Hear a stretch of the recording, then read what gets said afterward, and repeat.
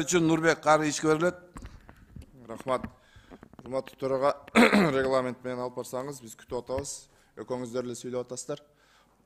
Ар вопроско бизде деле даяр ответтерибиз турат. Ошого регламент менен төрага акырында сүйлөсө жакшы болот эле.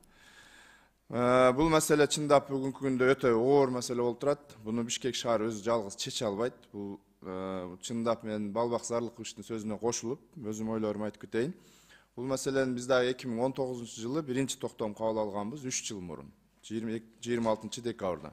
19 пункт менен кайрылганбыз өкмөткө, анан Бишкек шаарына. Мына ошол 19 пункттун дээрлик бир аткарылса, бир экөөсүнө аракет болуп тур, калганы ошол боюнча турат да. Бул боюнча чындап бир коңгуроо кагып президенттин өзүнө кайрылбасак, бул маселе эртең унутулат, 1-2 айдан кийин дагы кийинки жылы ушул маалда дагы жөтөлүп какап, баарыбыз ооруп, ушинтип отура беребиз.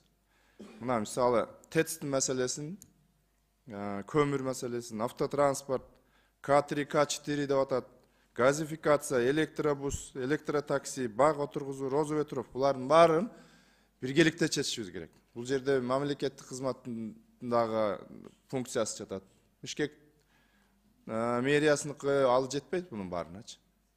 Мисалы көмүрдү ТЭЦтеги көмүрдү камсыз кылуу боюнча мына базы бир сере карап өтсөңүздөр, ошон үчүн биз жакшы бир кайрылуу жасайлы. Чындап азыр баарыбыз кыйкырып уруша берсек болот. Ошону комитеттин бир жакшы чечими кылып туруп, аткарылбаса административ жоопкерчиликке тартыла тургандай кылып туруп, бизге бир айдын ичинде кайсын аткара алышат, кайсын аткара алышпайт, совместный токтом кабыл алайлы.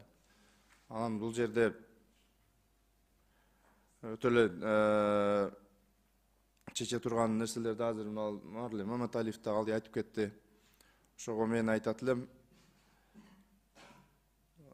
президентке кайрылуу жасап, биз өзүбүз комитеттин атаган конституциялык органбыз. Түз муну өзү колго албаса бул нерсе чечилбейт. Биз азыр Динара Авсиевнаны мэрди чакырып алып, мыны кыл деген менен булардын өзүнүн да башка иштери көп.